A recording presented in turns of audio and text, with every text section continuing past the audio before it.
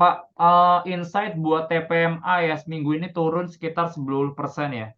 Jadi kan sebenarnya TPMA ini kan kayak logistik ya, energi logistik ya. Jadi mereka awalnya tuh, start-nya dari batu bara, cuman kayak pelan-pelan kan mereka ada kontrak sama Tsingshan kalau nggak salah ya.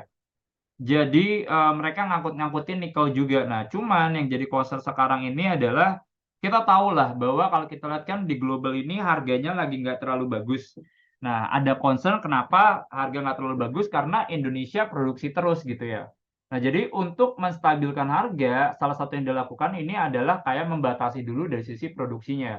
Jadi ini saya belum tahu ya, ini masih asumsi ya Pak Herman ya, karena saya belum ketemu lagi sama manajemennya.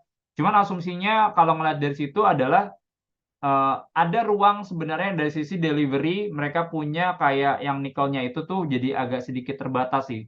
Jadi itu sih, Pak ya, concern-nya ya, karena kalau kita lihat di China itu bener-bener barangnya tuh oversupply banget, Pak, kalau kita ngomongin dari sisi nikel gitu ya. Bahkan orang bisa bilang, kondisi oversupply di China buat yang nikel kelas 2 itu tuh bisa berlangsung sampai 10 tahun. Nah, jadi, itu sih sebenarnya jadi concern. Cuman kalau angkut-angkut batu bara sebenarnya harusnya, masih bagus ya, karena mungkin kalau bagusnya gini sih, bagus dari sisi volume.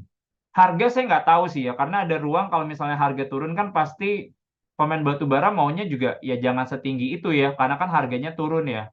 Karena kalau kita ngomongin dari sisi produksi batu bara, tahun ini kan masih tinggi ya, 710 juta ton ya.